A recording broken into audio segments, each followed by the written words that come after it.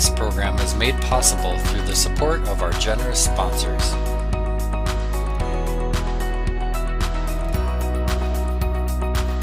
The Talk of Paynesville, a Paynesville Area Community Education production in association with the Paynesville Area Chamber of Commerce. Welcome to the Talk of Paynesville, our new community live stream talk show. I'm Jacob Bertram. And I'm Faith Dickhausen. Thank you for joining us live today. Please enter your questions in the comment section below at any time during this broadcast, and we will try to get them into the show. We have a great show in store for you today. We have Steve Peterson to give us an update on the plans for the old Shopko building, updates from the Community Foundation, and the status report of the Starry Stonewort Mitigation on Lake Koronis. We also have a special musical guest live from our new Brick House studio. And of course, we have our local trivia contest, Joke of the Week, Chamber Member Spotlight, and your Make Wealth Management Money Minute. Before we get started, we would like to highlight our new summer broadcast season partners. We have Make Wealth Management, Central Minnesota Credit Union, Centricare of Paynesville, and Anderson Building Movers. Without you, our sponsors, we would not be able to offer this program. All sponsorship money is invested back into our program, and this is a student live stream broadcast program. Got a little news update. On Sunday, May 31st, Paynesville area schools held their 2020 graduation ceremony that included a car parade, drone picture, and a drive-through ceremony. To watch the car parade and the ceremony, you can visit our YouTube page at Paynesville Studios. Special thanks to everyone who helped coordinate this event. Now let's get the show started with the new Paynesville trivia question. Roll it.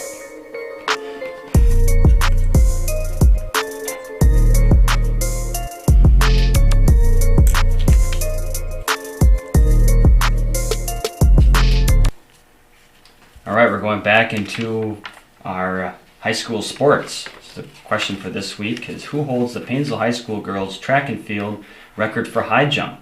The jump of 5 feet 7 inches. Was it A, Tiffany Karsh, B, Carrie Heft, C, Missy Bachman, or D, Kristen Wolfel? Enter your answer into the comment section below, and you might be our lucky winner. We do have prizes for you. The answer will be revealed later in the show. Good luck to everyone.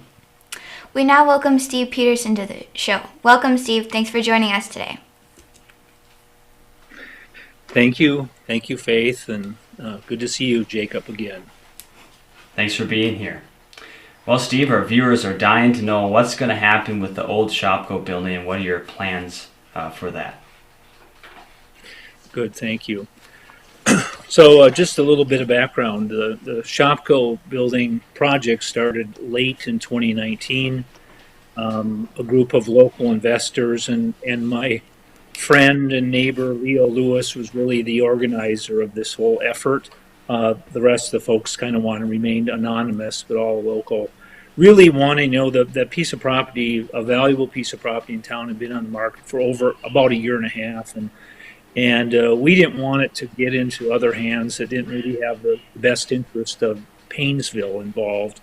So my topic, my things I'm going to talk about today are really about kind of community building. So what happened is that we entered in negotiations with it was one of the second largest REIT, or real estate investment trust, in the United States, owned the Shopko building. And we negotiated early in the year, and we closed on the building in just late March or early April, around the 1st of April. So we've had multiple discussions with people about utilizing the building. It's a 22,000 square foot building. Many of you were probably there when you visited Shopko. We've had interest in terms of office space. We've had discussions about the library moving there from downtown. The liquor store potentially needs more room than where they are at Teals. We've had some interest on the part of tap rooms and restaurants, and also in terms of some retail and sort of repair sort of businesses. So our first discussion, Leo and mine, was with Mayor Thompson. And because there were sort of we had this potential use with the city, And in fact, the city was interested and wanted to explore buying the whole building from us. And we thought, and they actually came up with it as well, that it could be used for the liquor store, the new library, and potentially, as you know, the whole DMV site downtown at the city hall is really pretty cramped, lacks privacy, and even with the whole pandemic concerns, again, now people are waiting in line into the chambers. So we talked about potentially, would that be a good community use of this space? They asked us to put together a proposal, which we did on April 6th, and originally they were interested in renting the space, and with some analysis, really we could put a much better proposal for them if they purchased it. And that would really be because as the city, if the city owned it, the property taxes, which are pretty significant, would not have to be sort of reflected in the rents. So we put together basically a 5-year contract for deed to the city, and with a gift that would help with the library renovation. It really resulted in an opportunity for the city to get this space for less than $20 per square foot. And remodeling the space is probably $65 a square foot, and building new is $100 a square foot. So it was I think a pretty good bargain. We didn't really hear anything back from the city. The city council voted on this about a month later on May 11th and rejected the proposal on a 3-2 vote, with Mayor Thompson and Councilwoman LeBeau in favor, and Reinke, Hertzberg, and Gilmore voting against it. I respect their opinion, and the reasons was, given the pandemic and the times, it was difficult for them to think about this. So it's fine. We're proceeding ahead with other options, and we're in dialogue with multiple companies and individuals about trying to lease the space and remodel it. And so that's sort of, I can't give you any more definitive details than that the city was the one entity that probably would have been interested in buying the whole building. We have a couple more that might be interested in buying the whole building as well. Those are my comments on Shopko. Okay, so, and your ultimate plans for the building are still being reviewed and looked through now. Is that correct? Yeah. So as you know, as owners, obviously we want to utilize the building, as we had to buy it. We get our revenue by renting it out, and so we're aggressively looking at how to do that going into the future, Jacob. And there's a lot of people talking about a bowling alley being there, a restaurant being there. Is it kind of just pretty much an open door right now, or any insight on exactly what the plans for that would be? Yeah, so we've had a lot of discussion, but nothing definitive at this point. And if there is any interest, we've even had interest in terms of storage space, indoor storage for climate-controlled storage. But people should either contact me or Leo if they have some interest in this. And we're in discussions with some other folks as well. But again, I'm not at liberty to talk about some of those at this point in time. Sure, yeah, that's understandable, but it's good to clear that through, the rumors going around. But if people have anything, they can contact you or Leo. That's a good source, too. I don't know if we have enough time to talk to Leo. He might be talking, but we'll for sure talk to you, too. I'm just kidding. All right. So, Steve, you are also very involved with the Paynesville Community Foundation. Can you tell us about the new COVID-19 Response Fund? Yeah, thank you, Faith. The Community Foundation is part of the what's called community giving, which is a collaboration of multiple community foundations across central Minnesota and even going into the suburbs of the Twin Cities. I also have the honor to serve on the community giving board that Queensbury Community Foundation is a part of. So community giving has done a great job in response to the pandemic in basically launching response funds in each of the member community foundations, including Paynesville. and these are called response funds. They were able to get us some funding from some grants through the state. About just shy of $7,000 is what we have in the fund. I also would like to use this opportunity, if anybody in Paynesville, wants to contribute to the pandemic and to relief, they can certainly do that by going to communitygiving.org and grants and contribute to this fund. So just to be clear, the grants that we give have to be between $500 and $3,000, and they're available only to nonprofits, to governments and to schools, not to individual private businesses. And so thus far, we've had, I think, about 4 requests, and we've responded to 2 of those, mainly around food kind of issues and food insecurity. We've helped fund the Catholic Charities, as you may know, is a big part of the Meals on Wheels program for surrounding elderly people. And also kind of another part of it was just the Rose Center or Senior Center, which helps support seniors. So we did 2 grants totaling about $5,000 towards that effort.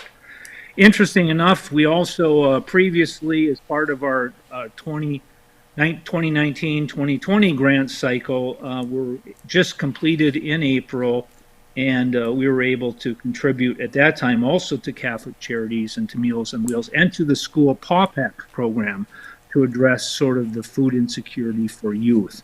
So far, in summary, the COVID relief has really gone to food insecurity in our community for both seniors and for youth. And so anybody's willing to, again, nonprofits to submit, and we review these every couple of weeks. We're trying to then, it just takes a matter of a week or 2 to get the money into the hands of where we can share it where it's needed with our members. And if there are people that are looking out there to apply for this fund, is that on that website as well? It is, yes. Okay. All right, well, speaking of the Community Foundation and grants, our student live stream program wants to thank you and the foundation for our recent $700 grant. The grant helped us purchase an old farm wagon that we turned into a live stream trailer. We actually used it this past Sunday, streaming our high school graduation, and we plan to use it for our football, softball, baseball, and hockey games as well. We also like to thank my aunt and uncle, Crean and Gary Leeser, for letting us use their trailer to bring our trailer back to Paynesville. Because it was on Birch Lake, so we thank them as well. So you are very busy, Steve, assisting our community in so many ways. We know you are active in the Cronus Lake Association and especially with the Starry Stonewort Mitigation effort on Lake Koronis. What's happening on that front? Yeah, thanks, Faith. So this is a sort of a multi-year effort. I'm not on the Lake Association board, but they asked me to help them with this effort. So brief background for those that don't know is that, Starry Stonewort was discovered on Lake Koronis in 2015. I have to give great credit. You wouldn't believe the time and effort, non-paid, that our PLA members, particularly Kevin Farnham and Karen Langwell, spent so much time in this. They raised almost $800,000 to help fight. The first phase has really been from 2015 to present, where it's been about discovery, research, and developing a treatment plan to address Starry Stonewort. I think we can all agree that Lake Koronis is probably, if not the greatest, one of the greatest assets that our community has. I looked at some of your previous deals. My friend Paul Bugby was on, and Bugby Hive alone resort said that in the summertime they bring $1 million to $1.5 million in the community of Paynesville with their guests staying here. That's just Bugby Hive. So think about the economic impact of Cronus apart from all the enjoyment that we have. It's an asset that we need to protect, and just like anything else. And nobody wants to pay more, but we need to figure out a way how to stop Starry Stonewort from taking over the world. And if we don't do something, we're running out of money, this grant money that we've received over the last number of years. We have about $150,000 left, which will be used to treat the lake this year in 2020. After that, the funds are gone. And if we can't treat the lake, it will be overtaken by Starry Stonewort. So I think there's been the process here is that we utilized we looked for ways to fund this going forward to pay for the treatment, and we tried to find something that was most fair. There's been some pushback on this, and just to comment on this, the program we use, this watershed petition project, is an established law that dates back 30, 40 years. We didn't just make this up. The other criticism is that, well, you get 25%. So it's kind of a user tax, which will pay for some of this, and I think that's a fair way to do it. The user tax should include people that live on the lake and enjoy it every day. So I think include people that come to the lake, particularly fishermen with other boats. If you look at the lake use, about 75% of boats that come onto the lake in a year are fishermen that move from one place to the next. So logically, should tax them as well. We can't do that. The DNR doesn't allow us to do that. The lakes are for everybody to use. So the only option we have is to look at lake owners to help fund this treatment plan. And so what we've done is we've turned this all over, and how we do it is the North Fork of the Crow River Watershed District, a taxable entity established in 1971, is really the governing government entity. We're not creating another bureaucracy to do this, and it's really all in their hands now. We had to do a petition last fall. We needed 25% of property owners to approve the petition. I'm happy to say we got 47% of property owners, just less than half, that signed the petition.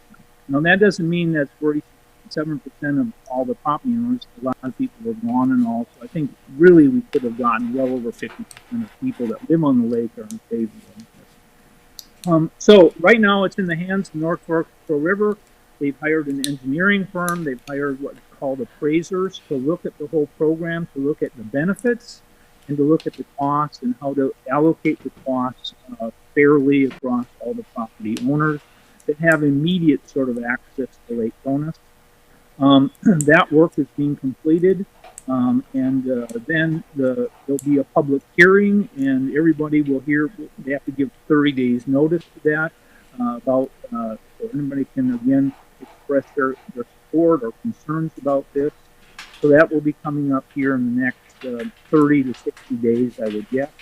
And then it just comes down to the North Fork Crow River Board to vote on this, whether or not to basically support the watershed petition project. We hope they do. And how it would work is that the WPP costs, which are $130,000 a year, would go into the property taxes for next year, for 2021, so we could continue to treat the lake and not have it be overtaken. So that's a bit of an update on AIS. Right, yeah, and it'll be interesting to see what the end result on that is. So just real quick here, do you want to give us a little update, being that 4th of July is just about a month away. Today's June 4th. So will there be fireworks and a boat parade this summer? Yes, I think there are fireworks and a boat parade. Again, I looked at I encourage people to go to CronusLakeAssociation.org, and everything's there in the newsletter. I believe, I don't know, I think the fireworks are going to be on maybe Sunday night of that week. If I remember from my newsletter, I'm looking at the calendar into July. Yeah, I think they're going to be on, I'm not quite sure whether or not on the 4th, but I think it's going to be on the 5th that week. But I'm not 100% sure, but I believe that's the case. So yes, they're on. Great. And then do you know anything about the Cronus Cafe, that little lunch boat that goes around the lake? Any updates on that? And with the COVID-19, are they still able to have that out there this summer? Yeah, I've been working on that just this last week. So yes, we're really pleased to say that the Cronus Cafe will be operational this Saturday, our first day. It went into the water last Saturday, so a number of us owners have been busy getting it all ready and operational. It will be operating on Winter Island, or Second Island as some of us call it, on Saturdays only, in the afternoon and early evening. The boat itself is pretty well set up for sort of the COVID sort of kind of plan. We're in the past, people have come on to the boat and wanted to come in and take a look around. We're not going to allow that this year. People can only just come to the bow and make their order. We'll bring them food and hand it to them, and they'll pay. So it'll be kind of like a takeout window almost, right on the front of the boat. So we ask all of our customers to please respect that protocol to keep everybody safe. And we're also going to be open. Faith, your dad, contacted me about the music in the park. I think July 23rd, we're going to try to have the boat at the Veterans Park to help to share with people that maybe have a hard time getting to the island. If you don't have a boat or something, could experience Cronus Cafe on the evening of July 23rd. Perfect. Yeah, it was a great experience to enjoy this summer. Thanks, Steve, for taking the time out of your busy schedule to be part of this show today. Thank you. Now let's hear from our sponsors. We all want to be centered on life's best moments. The big ones, the small ones. We know you don't have time for complicated banking, and we believe you deserve something more. Our friendly and knowledgeable team is here to make banking easier with the right financial accounts, loans, and services to fit your needs. It's our promise to you to place your needs at the center of all we do. Central Minnesota Credit Union, centered on you. We want to welcome Mr. Jeremy Wilner for this episode of Your Money Minute.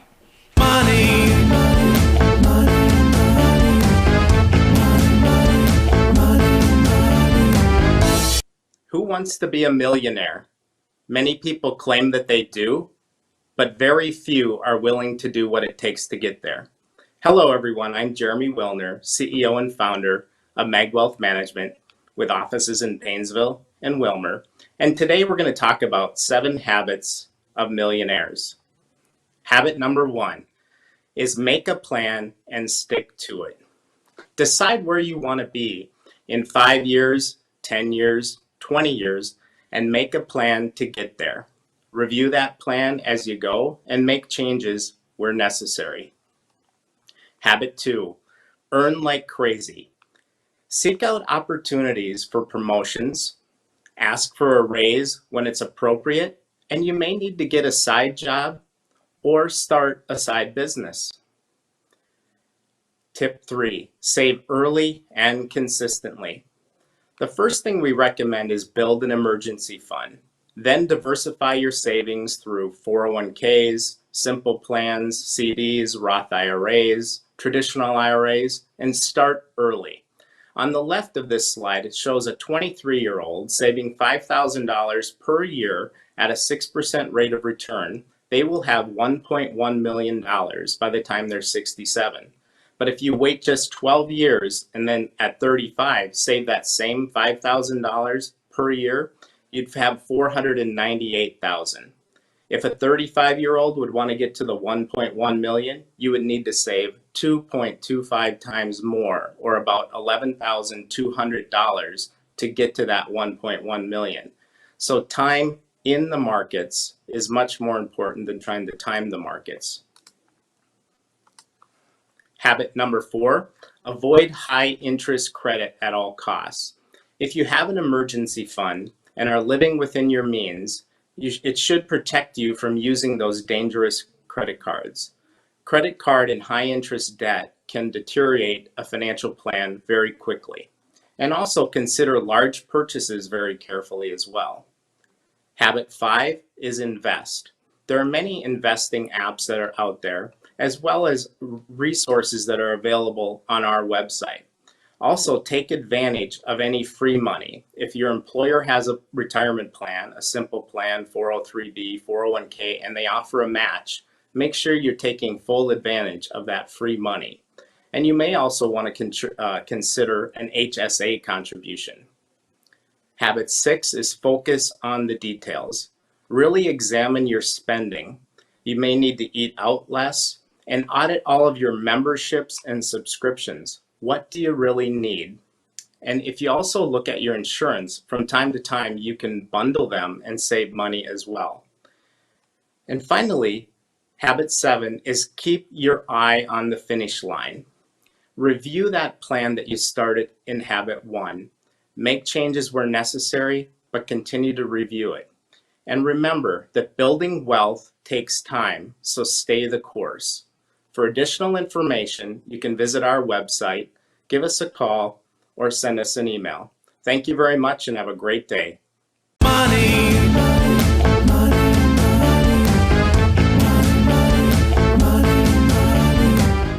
Well, thanks again, Jeremy, for your Money Minute. And if you'd like to contact Jeremy, please visit their website, makewealth.com. Well, folks, now is your opportunity to win this special prize for our trivia contest. We don't have any people who answered, so we'll give the question again. Who holds the Paynesville High School girls track and field record for the high jump with a jump of 5 feet 7 inches? Was it A, Tiffany Karch, B, Gary Heft, C, Missy Bachman, or D, Kristen Woeful? Now's your chance to win our special prize of this Talk of Paynesville sticker. Everyone wants one. They're dying to get it, and you only have to answer your question. If you get the right answer, you can get it. So that's quite the deal right there. I mean, I would try it if I were you. So hopefully you get those answers in our comment section, and we'll highlight them later in the show. With many summer concerts being canceled or postponed, we thought it would be nice to highlight some of our amazing talent we have in our Paynesville community. Today, Faith is with our special musical guest in studio today, Connor Gunderson.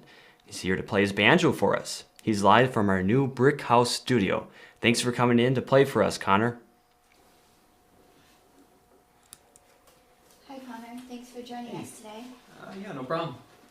So, what made you learn how to play the banjo?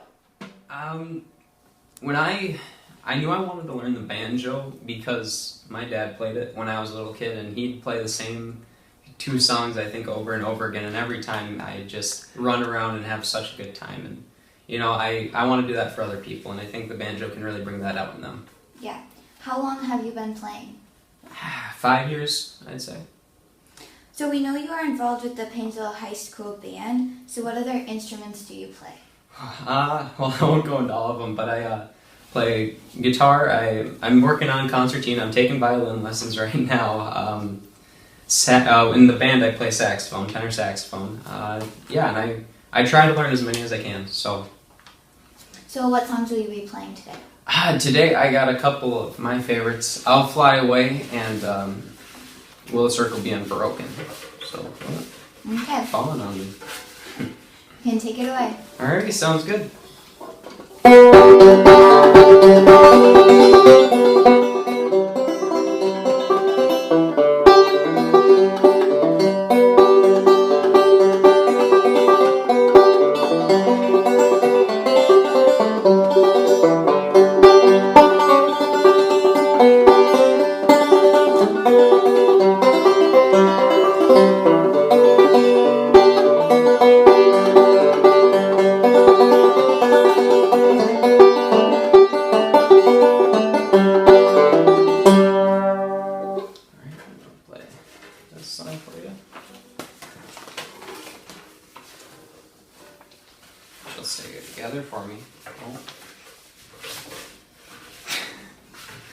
Just old music. Ooh.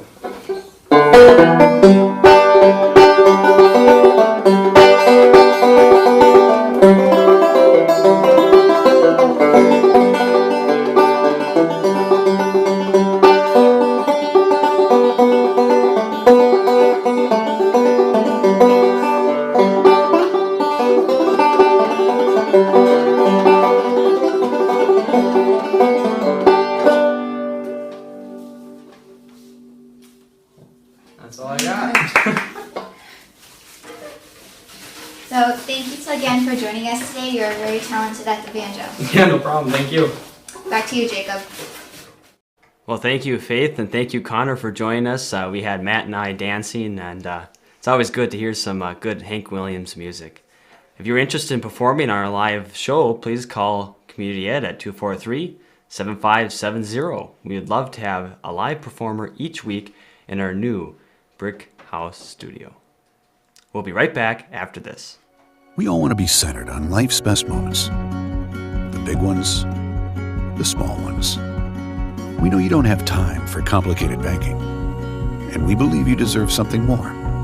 Our friendly and knowledgeable team is here to make banking easier with the right financial accounts, loans, and services to fit your needs. It's our promise to you to place your needs at the center of all we do. Central Minnesota Credit Union, centered on you. It's a new week. That means new jokes. Here we go.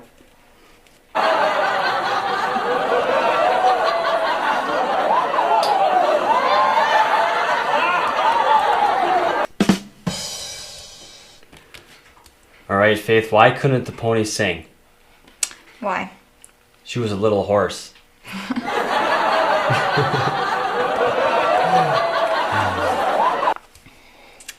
Okay, why do you tell actors to break a leg?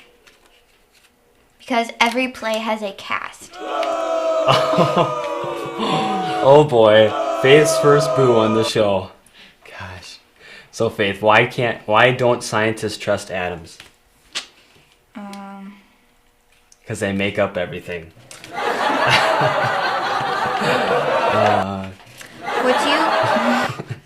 What do you call a parade of rabbits hopping backwards? A receding hairline. That's a good one. I like that.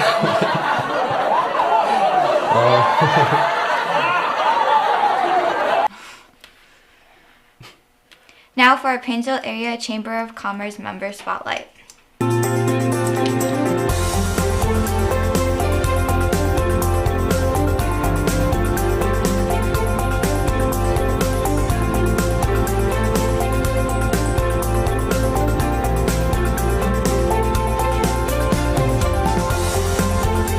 Association formed to promote the protection and improvement of Lake Koronis.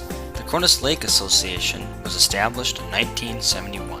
Their mission statement is to improve the water quality of Lake Koronis for the enjoyment of everyone for years to come. For more information about KLA, visit CronusLakeAssociation.org.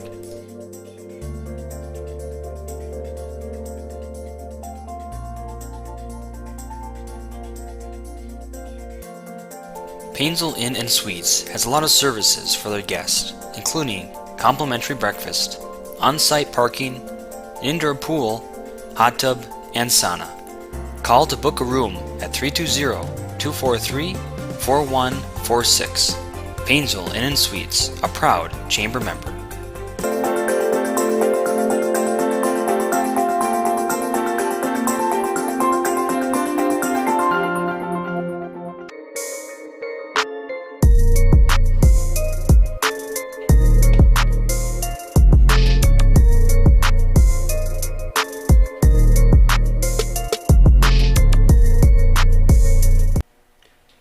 Alright, it's time for us to answer the trivia question from early in the show. The question was, who holds the Paynesville High School girls track and field record for high jump, the jump of 5 feet, 7 inches? We had a couple people comment in. We had Melanie Weber saying C, and of course our trusty listener, Dean Heike, saying A. Well, the correct answer is A, Tiffany Karsh. Dean, you got it again. Tiffany Karsh is now Tangen. And the record was held in 1993. Hopefully, Dean, you got your sticker. We sent that off. I suppose we can mail you another one. We'll have to check with our producers on that. But we thank you for watching our show, and thank you for all those who guessed on that trivia. Thanks everyone for watching. Please take a moment to hit the subscribe button and like our broadcast. Also, don't forget to enter your interview ideas in the comment section below. I'm Faith DeCousin. And I'm Jacob Bertram. Stay safe And stay cool, Paynesville.